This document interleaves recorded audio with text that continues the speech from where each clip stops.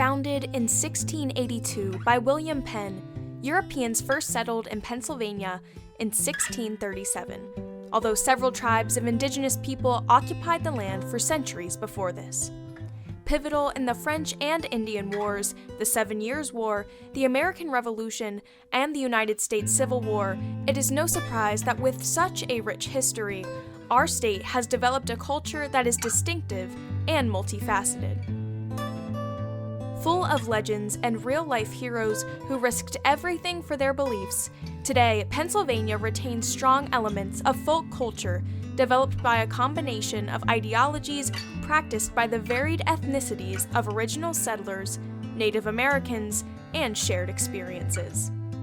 Legends and lore passed down over centuries reveal philosophies that are as superstitious as they are religious and even scientific, resulting in a microculture found nowhere else.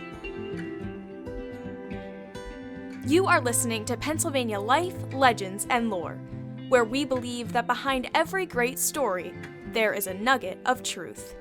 In each episode, your hosts, Ethan and Holly, will attempt to uncover that truth and preserve a part of our incredible Pennsylvanian lifestyle.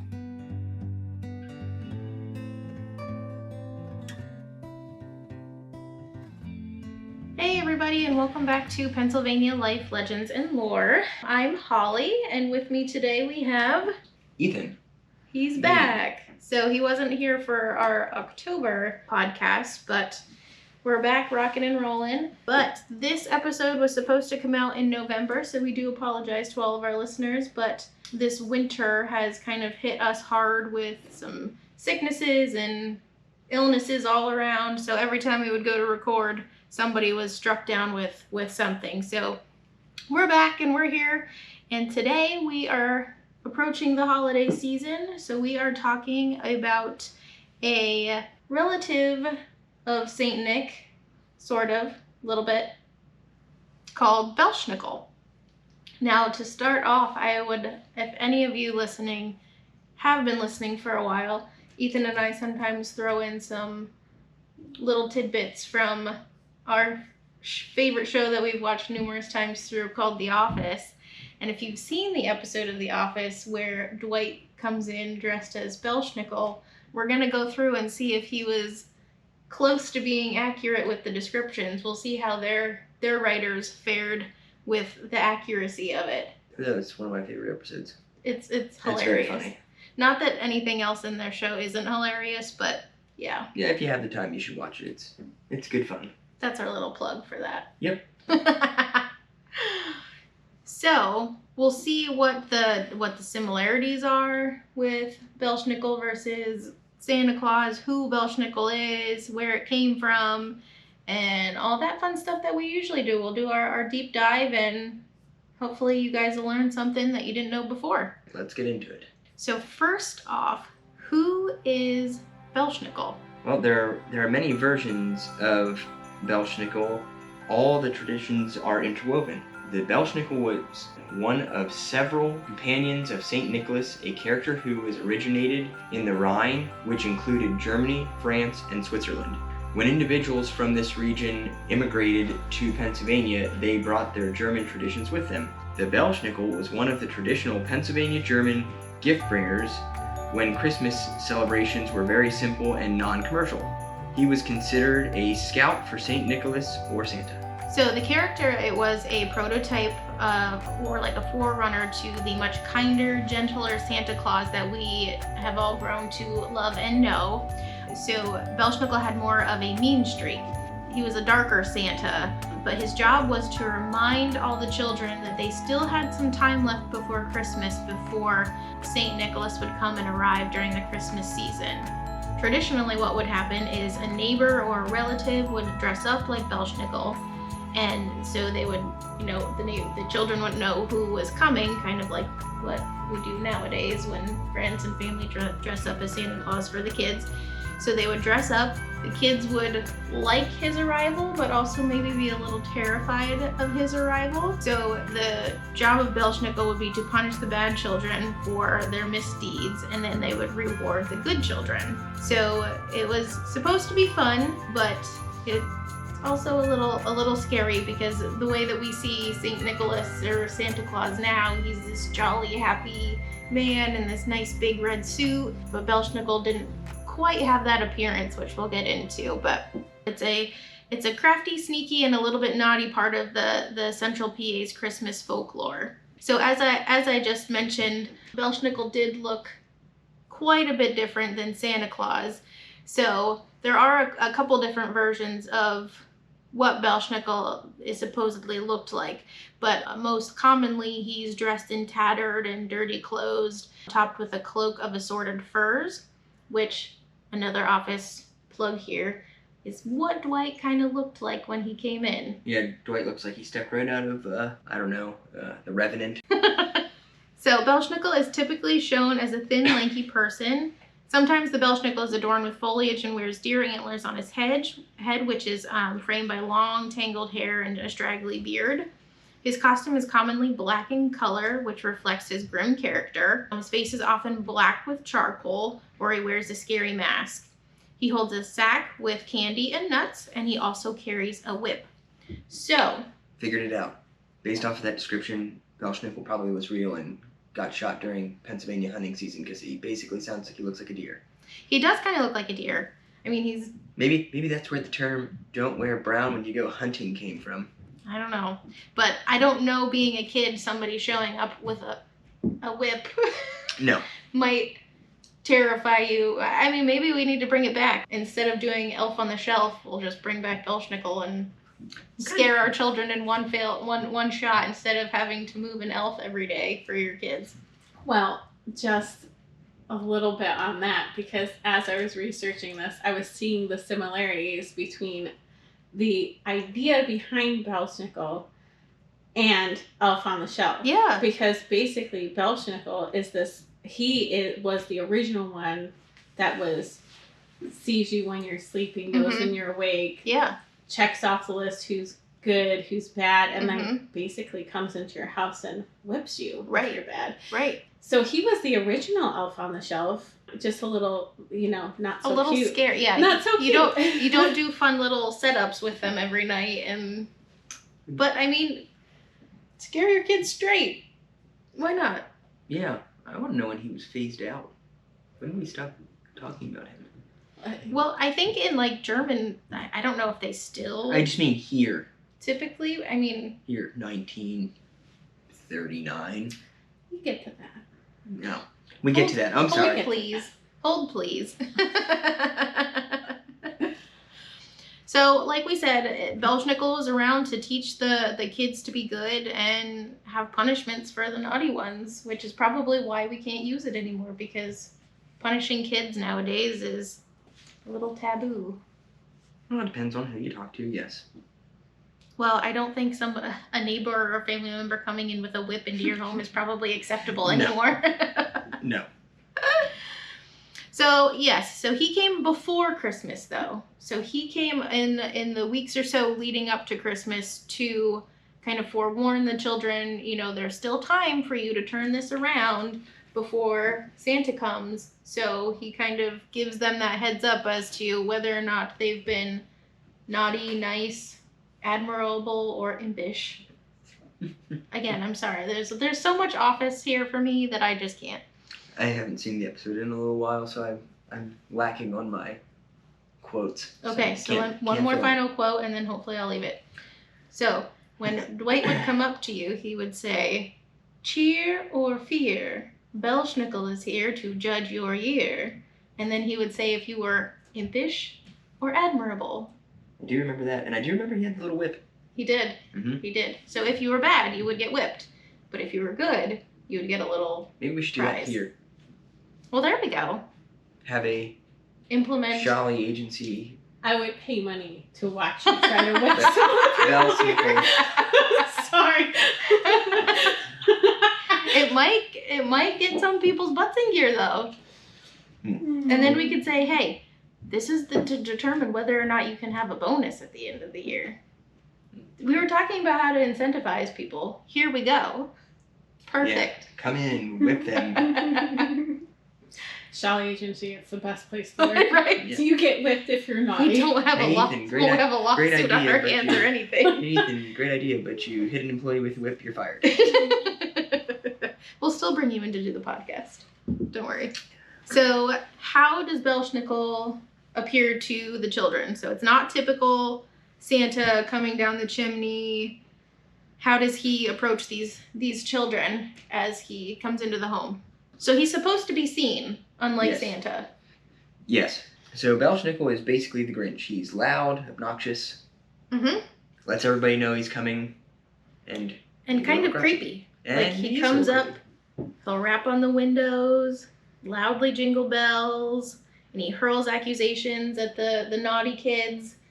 So it's kind of like a thing of your nightmares where somebody's outside your window just tap, tap, tap. Mhm. And then he comes in your house. No big deal. Breaking and entering, okay on Christmas. Right? Okay, now we're throwing in some Olaf for those of you who don't know that part. I have a 7-year-old and a 5-year-old. That's all we watch. Maybe we Right. stopped celebrating him because too many neighbors were injured in the. Again, nowadays things are different. You could Yeah. get away with stuff like this back in the day, but, you know, now you're just running into problems. Yep. So after he rapped on the windows, he would then suddenly burst through the doors. He'd rush into the house, instantly menacing the children with a gravel voice, jerky movements, and prying questions. One by one, Belsnickel will call the children in the house forward and ask them to recite a poem, a Bible verse, or a math question. He'll warn them to behave. He quizzes the children on their relative naughtiness or niceness. Have they been nice towards their brothers and sisters? Have they done their chores without complaint?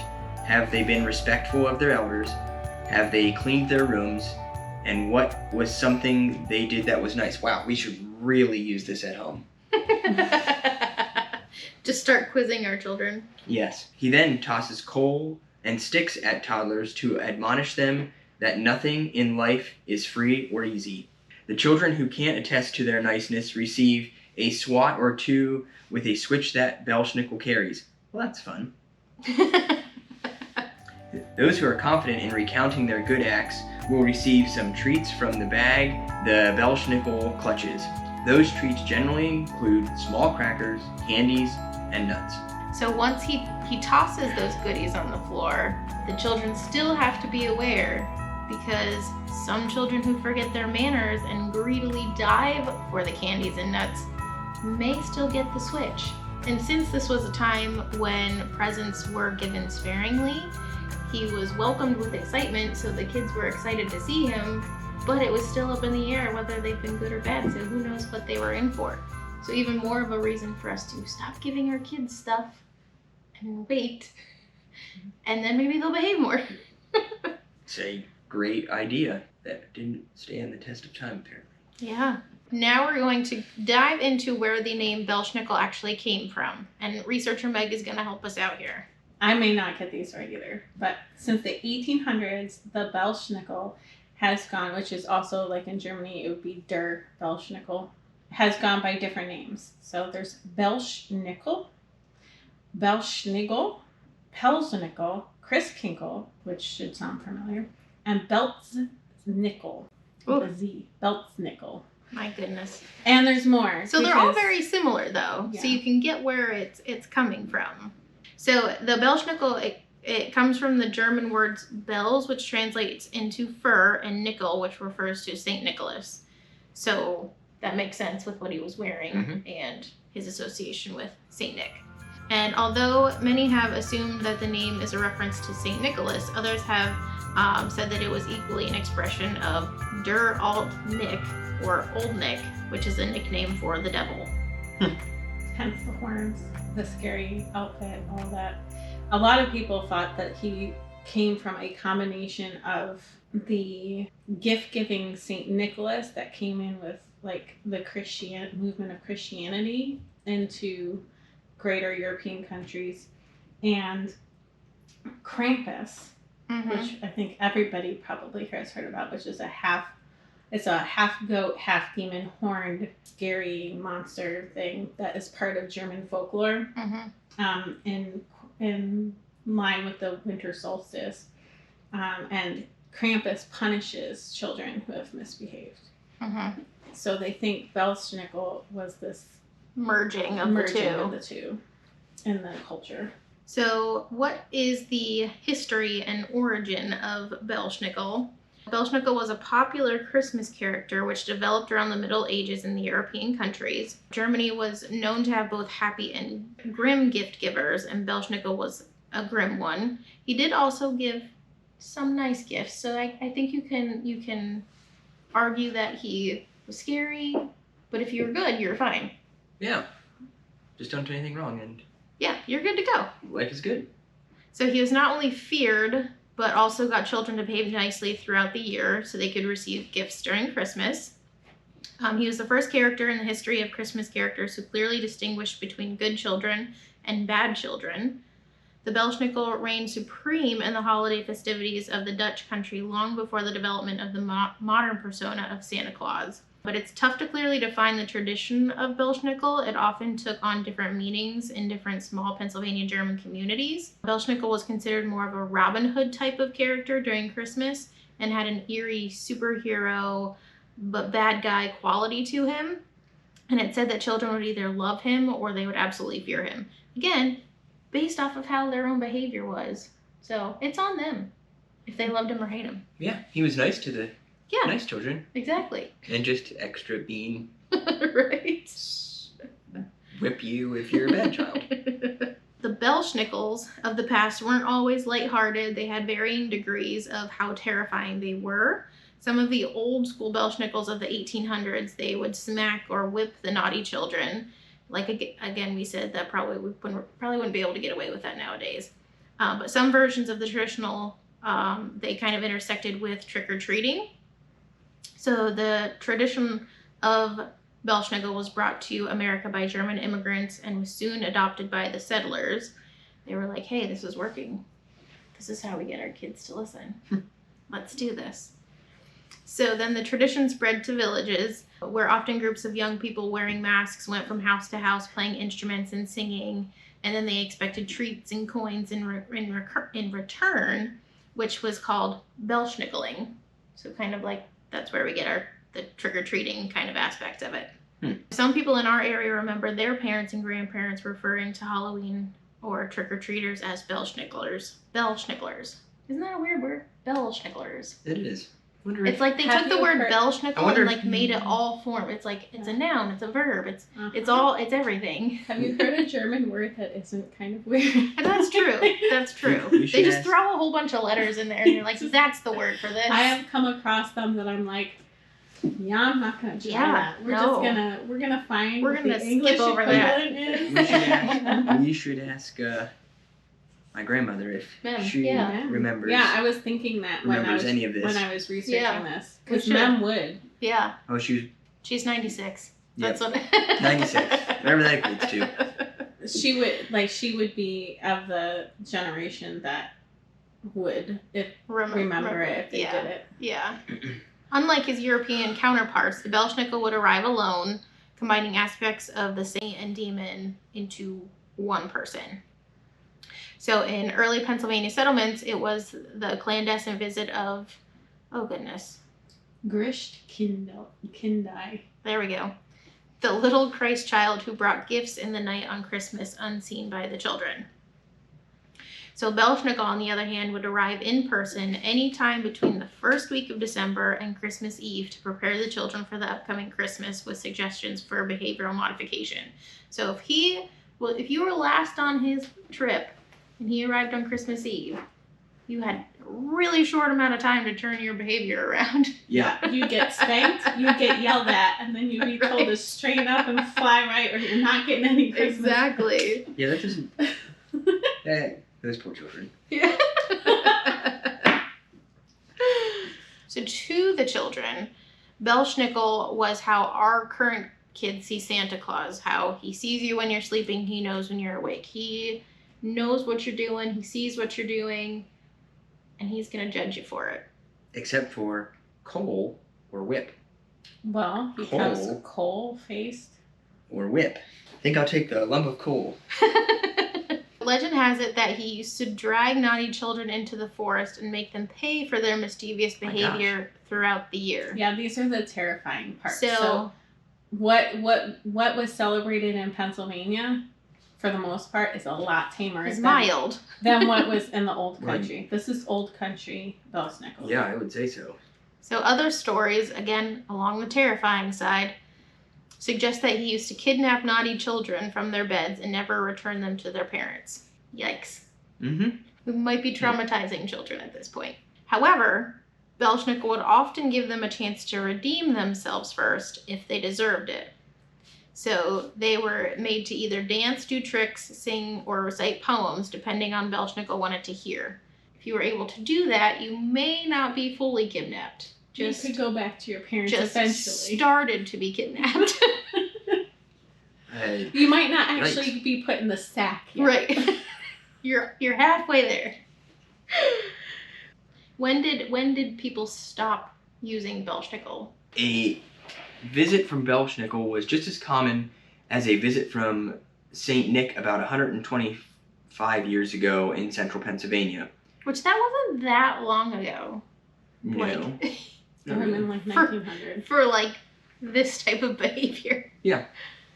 The tradition of Belsnickel began to fade in the 1920s and eventually died out in part because of the popular, as everybody probably our age and younger knows, Coca-Cola Santa. Mm-hmm. In the years after World War II, the tradition all but died out. In a climate where Germany was the enemy, many Pennsylvania Germans wanted to distance themselves from the old country. Despite this, Belsnickel never truly vanished from the region. Right, I'm sure that there are still people in the area that maybe not to the extreme of Belsnickel, or maybe they do, I don't know, but still have it in place as... They maybe honor the tradition I seriously think that whoever developed Elf on the Shelf knows who Belsnickel was and pulled it from this and just made it like... Fun. And less scary. But like honestly, someone who really does not like, I mean, I'm not a fan of dolls as you are, but I really do not like dolls, and I will never have an elf on a shelf because the idea that a creepy little elf doll is moving around in my house and spying on my kids, no, that thing gets shot. No, I don't. I'm not. Gets shot. It goes in the fireplace. It burns. Not only that, but I don't have the time or the memory to come up with these creative. Some people do these, and it's awesome. Like everybody's all about social media and posting on what they're doing, with it, and they do it at Riley's daycare. Like every morning she comes in and she asks where the elf is. So I mean, they're kind of taking care of it for us. We have the less creepy version, Sigh on the Shelf.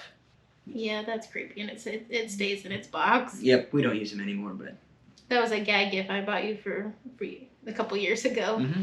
Uncle Si. Yep. It's a good gift. It's hilarious. It is. And it looks like him, too. It does. So let's dive into how Belsnickel holds up today and if he's still talked about. So Santa Claus has dominated the American Christmas for well over a century, prompting many Americans to seek holiday thrills outside of the American culture norm. But Santa Claus is still the good old USA's champ. Fun fact. He still reigns supreme. Yep. Fun fact, Santa Claus started here and went out. Mm-hmm. Nice. That might be another podcast. Something to look forward to. Prior to the invention of Santa Claus in America, the rest of the world had no idea who Santa Claus was. Nice. See? We come up with some good stuff over here. That's right, because greatest country in the world.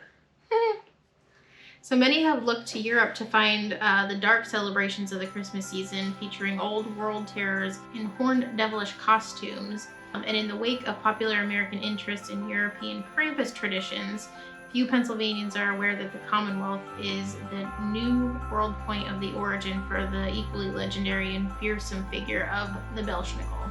So in fact, the Belsnickel is currently better known in Pennsylvania than in its native home. And some Pennsylvania microbreweries have adopted the Belsnickel as the name for a Christmas beer, Stouts Brewing Company in Adamstown has its Brewer's Reserve Belsnickel Lager, while Otto's Pub and Brewery in State College brews a Belsnickel Ale.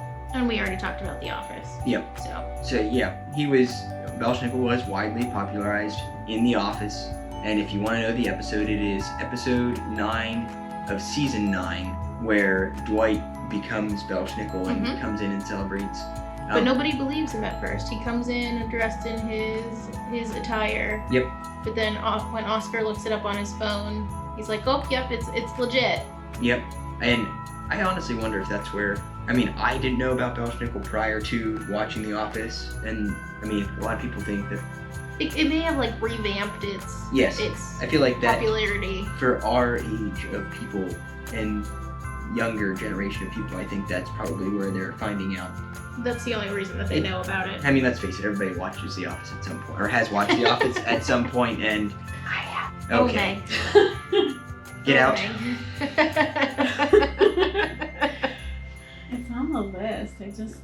Nobody has time anymore. It's good. Yeah, honestly, we watched it once, and then for us, it just became, we found it funny, and we always, when we would rewatch it, there'd be something we didn't see the first time. And now I think it's just a comfort show where when we have things to do and we want something on in the background, we'll put that on. Fun fact, though, this is a totally side note and not related, but totally Office and our weird obsession. So we used to watch it so much that when I was pregnant with our firstborn, Riley, that when she was a little bit older, every time the theme song would play, she would stop what she was doing, stare at the TV, and she'd like do a little jig and dance to the Office theme song. And then as soon as it was over, she'd go back to whatever she was doing. Yep. So we had a little bit of a slight obsession. Yeah, which is good. It was just a good. It's good. Good TV show. Anyway, back to it. Sorry, that was just a little fun tidbit. Maybe The Office will soon start paying us because we keep putting plugs in for them. I doubt it. Really should have reached out and see if Rainn Wilson wanted to join us on our... That would be cool, but I doubt it. Yeah, I know. So the appearance of Belsnickel is a cultural icon, and you can find him in numerous community celebrations, some festivals, Christmas markets throughout central Pennsylvania, where he continues to delight and terrify the children each year. So some families have found a way to keep the tradition alive without terrifying their children by placing the gifts in their children's shoes in the name of Belsnickel. So there's another way for them to keep it alive without, having their children taken away from them. So today's Belsnickel is also not as serious of a disciplinarian. He's a more kinder, gentler Belsnickel. So he's approaching Santa Claus a little bit more, but he's still... He's Nixie. He still can terrify you. Yeah, he's a little more of a troublemaker, not a... He's not going to whip you. Yeah. Yeah. Because people don't want to go to prison. Right. Yeah. Most people in central Pennsylvania probably have heard of the legend of Belsnickel. Some still keep it around. Some don't. I would say most people have probably at least heard the Heard of term. it. Right. Or the name, but maybe don't know exactly what all... The background is. Yep. Where it came from, how it used to be versus how people, use it nowadays. But it is puts a new meaning to the song. You better watch out. You better not cry. You better not pout. I'm telling you why. So I'll tell you why. Yeah, apparently Belsnickel will tell you why. If anybody hears a rap tapping on their door or window this holiday season, you better send a warning shot before you send the actual one. Because let's face it, you live in America.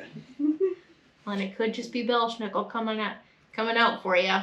Yeah, so if anybody is attempting to be Belsnickel coming to my house, please don't. Just don't.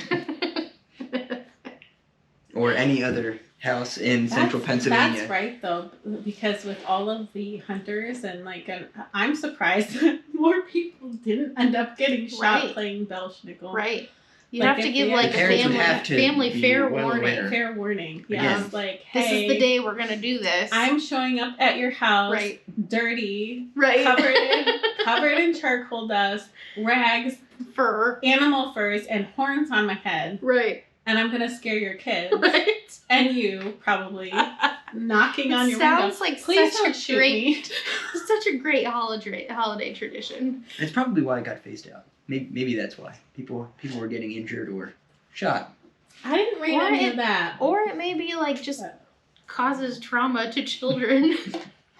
Yeah, like seriously. Right? Maybe it just took a couple years for those children to become adults to realize that they were really messed up. Yeah. We're gonna give our young kids post-traumatic stress disorder, but you know, we're gonna take stranger danger to a whole new level for these 4 kids. Oh, leave it to German traditions. Right. It's like super, like it's so interesting, but it's also kind of like how dark some of those German traditions are. And all in a means to just make kids behave. Like, but it's so very really rooted in what they deeply believed as a culture. Right.